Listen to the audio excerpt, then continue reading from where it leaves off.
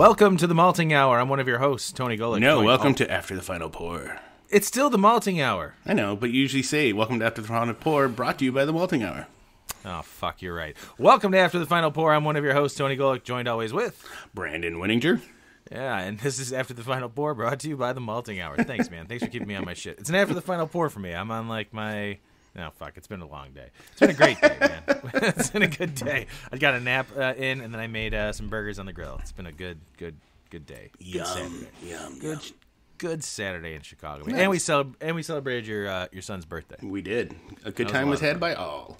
It was, and I think so. I think everybody had a good time. Our friend Ron busted out a brewery 2017 Chocolate Rain to share, which was unexpected. Chocolate Rain.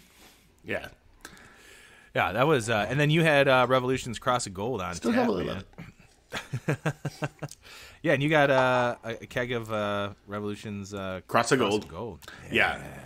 And I think this was my first time having it, and I love that beer, man. It's really good. I haven't had any today yet, so probably after this I might do a pour. But super fucking tasty beer, man. Like it was between that and Riot. And a couple other ones, and I was doing like the Freedom ones too. And the reason I almost went Riot is because all week I kept going to the site and looking at kegs available, and it kept saying Riot was out, and then there was a day it was in, and I was like, okay, cool. And then the next day it was out again. I'm like, is this beer that popular? I'm like, what? Have you had Riot yet? No, I don't think so. Yeah, that's their Kolsch. It's really good. So I opted not to, but.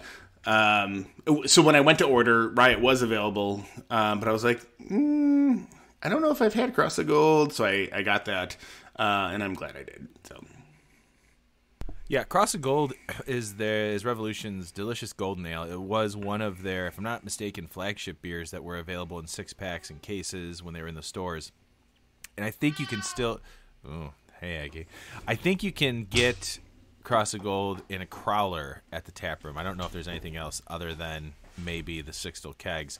But Cross of Gold is just a good old fashioned golden ale. It's a beer drinking beer. You know, if that makes sense. Like, it tastes like beer. It's refreshing. It's crisp. It's a little hoppy. I wouldn't necessarily suggest it to new craft beer drinkers, but it is a nice middle ground of a kind of bitter, straightforward, kind of bready golden ale. It's really tasty. I love it. I remember not liking it for a while because I was like, that's when I was getting to my IPA phase where everything needed to be piney and fruity and bitter like that, and I was just like, Cross of Gold is boring. Yeah. And then when they took it away, I was like, fuck, I miss Cross of Gold. And about a month ago, I went to a wedding at the Revolution Brew Pub, and they had a bunch of beers on tap, and I drank a lot of beer that night, but I think I had like 2 or 3 pints of Cross of Gold that night. Thank you, Uber, for getting me home safe. Yeah, and I mean that goes back to our the Hunker's Ale when we were having that. It was our first time having it in quite a long time. And what I found out, and I didn't know this, it's a regular staple most of the time at the Clybourne pub. I didn't know that.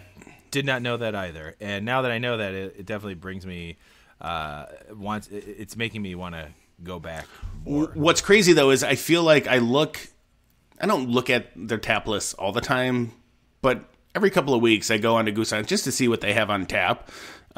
Even if I'm not planning on going, because something might inspire me to go. And I may have just been looking on the days they didn't have it on tap, and I was just like, okay, this is whatever. Because it never dawned on me that it actually was still a thing. I feel stupid for not knowing that. But don't feel stupid, Brandon. Knowing that they're kind of branching out a little bit more, I think they may kind of see the love for that beer again, and hopefully start pushing it out a little bit more. I mean, I don't care if they bottle it or whatever, but having it on more taps across the city is not a bad thing. So, I wouldn't mind having those in cans or bottles either, like to have it in my fridge every now and then, because that to me is a beer to just kind of it's a good beer to have when you don't want a pale ale or a lager or an IPA. It's, if I'm not mistaken, it's an English mild or a bitter, and it's just, I don't know, it's a different type of beer. It's very tasty, but this isn't the Goose Island wrap-up episode again. No, this is because the last couple After Final Pours we've done, these are all beers that you got or purchased when you went to Off Color. So we're doing another Correct. Off Color after the final pour. Brandon, what are we drinking tonight? Tonight we are drinking the gin barrel-aged American Wild Ale with Rangpur limes added. Ooh, I heard that ambulance. No, that was the sirens I set off once you've got done explaining the beer. I included that now in our recording. I don't know if there's an official name to this. It looks like it was brewed for Chicago Craft Gin Week. What's interesting, and I was telling Tony before we started recording, was that this is a gin barrel-aged beer that is only 6.8% alcohol. I've not tried this. I don't know if I've talked about this on the show. I'm not a huge gin fan. We have talked about that, and neither am I until my wife, got me into those aviation cocktails. Gotta come over and have your wife make me one of them dare cocktails. See if she can turn me. Yeah, dude, you'd like it. That sounds like a summertime thing. That'll be good. This beer, by the way, as soon as I opened it, I smelled the bottle. I like doing that sometimes. Heavy. The bottom of the bottle? Yeah, it smells good. Smell the bottom of the bottle. Smells like was glass. touching in my fridge. Weird. This is a strong, gin juniper aroma. That's what I'm getting from this, man, as far as the smell. What are you getting? A little bit of that, and then, now as it sits for a couple seconds, I'm starting to get some funk. Yeah, there is some of that, and the lime is there. I just went in and took a sip. Hello, you beautiful beer. Holy. Yeah, Brandon just made a face that if nobody knew Brandon, like I know Brandon, I knew that was ooh man, that's good. What the hell did I just sip? Yeah. It looked like a disgusted face, but it's not. It is perplexed because this beer is fucking fantastic. Holy hell, dude. Yeah. Wow. As somebody who and this is a turning point, because as somebody who does not like gin, I would shy away from this normally. And somebody who's not, I like particular sours. I don't like the whole gamut of sours. There's a particular sour. I think I like these. I think I'm more to the wild ales versus whatever else there is that people call sour. I do like the wild ales, and the way they did this with the gin, I don't feel like I'm getting bombarded with gin flavor like I would if I was drinking a barrel-aged beer. I'm not getting all that bourbon and barrel. But whatever they did, man, it complements it so well. Yes, this is incredibly refreshing. There's a tartness to it. There is this... I'm getting the gin barrel, but not in the sense where it's oh man, this sat in there. It's not blowing everything away. Exactly. It's a nice, like you said, it's a nice compliment to the actual beer itself. This is, this is really good. You know what this would be good for? Sit in the backyard on a hot summer day, man. This is after having a nice, delicious 19% stout. Yeah, have a 19% stout and then switch to this. Oh, you get a lot of the flavor. I see you probably didn't pour all the bottle into your glass, correct? So I did, and you can see the difference. Look at mine and look at how clear yours is. Currently, yes. Mm-hmm. All right, I'm going to top it off now. Because there is some sediment in the bottom of this bottle. And this bottle... I'm going to do a little twirly twirl. What's the... How many ounces is... Oh, yeah, 8.5 fluid ounces. A 250 milliliter bottle. This is how they did their Dino S'mores barrel-aged last year. Was it all the Dino S'mores, or was it just... I think just the barrel-aged. Yeah. And I think I still have... No, I believe I have a growl left. Oh, nice. That was good. Yeah. Yeah. But yeah, I think it's... There goes the clarity. Yeah, the clarity's gone. It is nice and cloudy now. I like the format for this because I don't know if I need more than 8.5% of this beer, only because I feel like my palate might get blown out by the tartness of it. Yeah. And that's me because of my sensitivity to, I feel like, certain sour beers. But I think Dan, our friend Dan Hip Hops, hello Dan, I know you're listening. Sorry you're not here to try this with us. You would have loved this one. If you can find it, go ahead and get it. Unless you have one sitting in your basement, which you might. Really nice. Really, really nice. It is refreshing. There's like a... It's that lime, man. It's funny, like I love, I mean, we've talked a million times about, beer for tacos. They clearly know what they're doing when it comes to lime and beers. But there is this, and I think that's from the wild, with it being a wild ale and the wild yeast, there is this like tartness and aftertaste that reminds me of cranberries when I have like real cranberry sauce. Okay. Like if someone's making it with like real cranberries, that is a familiar type. That's just where my brain's putting this right now, which I really like. And there's no cranberry in this, but that is kind of something I'm getting from this beer. And it's you said 6.5%, something like that.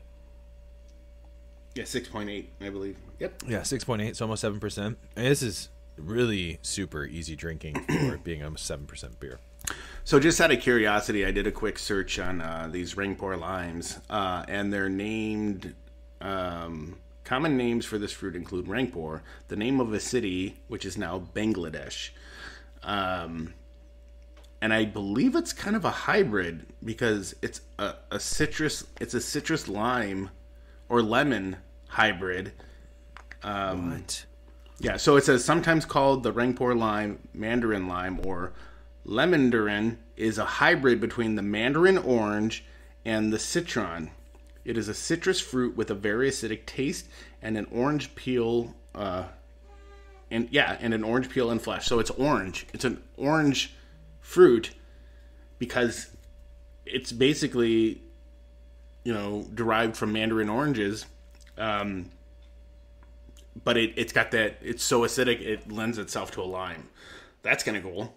And so in the description, like they're literally showing a bottle of so Tanqueray makes a Rangpur gin. Ooh, interesting. So it's not too far off to think that this is maybe where they got the idea. I don't know. But I could see how that fruit would go well with gin. Absolutely. Side note here, you completely froze at one point, so I missed most of what you were saying. That's okay. I think the recording caught, and it was fine. I hope so.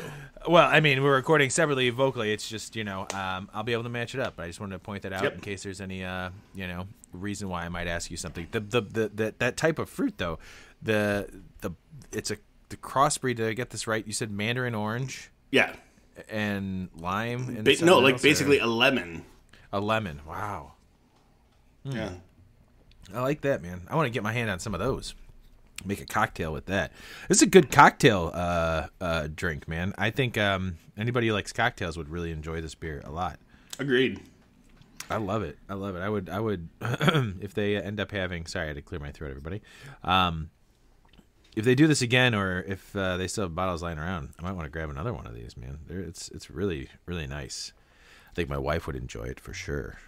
Yeah, so it says, so for those that are interested, the malt bill is Pils, Vienna, and Flaked Wheat. The hops are Sterling and Herkules, and Grungiest. Secret ingredients, are Rangpur limes and hand-picked gin barrels. I'd like to know I wonder what gin barrels they ended up, who they got them from. Yeah. But maybe it's a blend, a mix of some, and not an exclusive thing. So, yeah, I dig it, man. I really like it. Thanks for sharing this with me. Yeah, I'm surprised how much I like it. Me too. Actually, no, I'm not surprised. I mean, because Off Color does really good stuff. But I mean, with you not caring liking for gin, yeah, same with me. I don't really like gin, but This is good. Everything Solid complements each other so well in this. So. beer. I like it. I Yeah, dig it. me too. I'd drink more of this if we had it. No, I don't. I was like, I wait, know. do I? No. No, you had 2 bottles. You gave me one. I was like, all right, off to the off-color site. Well, I do know this. They did do a beer for Derbies that was only available at their at the Mousetrap room? this weekend. Oh. Yep. And it was a barely. It's like a mint julep type of beer. Yeah, a mint julep inspired beer. So I kind of wish I went and got that. That would have been good to have today. The Derby, you know, it happened today, and I had no idea. So I'm not. I completely forgot about it until somebody had asked. I don't know if I was cleaning up or what I was doing. Somebody's like, they were asking if the yacht club that I'm a part of had a Kentucky. Oh, they're selling 4-packs of The Derby? Yep, beer for Derby is 4-pack. Yeah, we should go get us some. Yeah, so they were asking about it, and I was like, I knew the yacht club that we were part of was having a party tonight because they'd emailed me asking me if I wanted to work, and I was like, no. I do, but I don't. And by do, I mean don't. My son's got a thing going on. I don't know. There's already a party going on here. They do have the Gin Week still available, too. A 4-pack is $16. Maybe you and I should take just a little field trip over there and grab both of those things and have a beer while we're there. Not right now, obviously, but sometime maybe in the near future. Yes. Maybe sometime this week would be nice. Yeah. Hey, we'll see what happens. Weather's going to be nice. It might be a good time to sit out there and have a beer together. So we'll see. Isn't it supposed to be like almost 80s all week or something like that? 2 days, it's going to be in the mid-80s. So we're going from fucking fall to summer. Welcome to Chicago. And I'm going to get terribly sick, I'm sure. I probably will as well, because that is what happens. Yep. Brandon, thanks for sharing this with me, man. I course, appreciate man. it, as always. It's a delicious beer, and anybody in the Chicago area, you're planning to come visit the Chicago area, you should probably go and stop over at Off Color and grab yourself a 4-pack of this, or, you know, anything else they have, because Off Color apparently can do no wrong in my eyes. I'm waiting to find the beer that I don't like from them. Coffee Dino S'mores was the closest this year. I just wasn't feeling it, but I didn't hate it. Yeah. It's not a beer I hate. No. Beer was I just like, just wasn't for me. All right, man. I think that's going to do it for this week. I love you, buddy. Love you too, man. Thanks, everybody, for listening. We'll see you guys next week. Bye. This has been The Malting Hour. Be sure to follow us on all social media by searching The Malting Hour and at themaltinghour.com. You can also follow us individually on social media.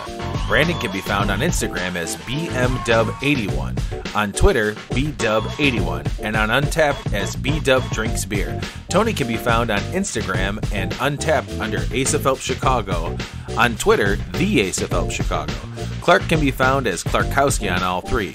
Dan can be found on Instagram as hip__hops and hip hops on YouTube. Be sure to subscribe, like, and rate the show on your preferred podcast listening platform. Until next time, cheers from all of us at The Malting Hour.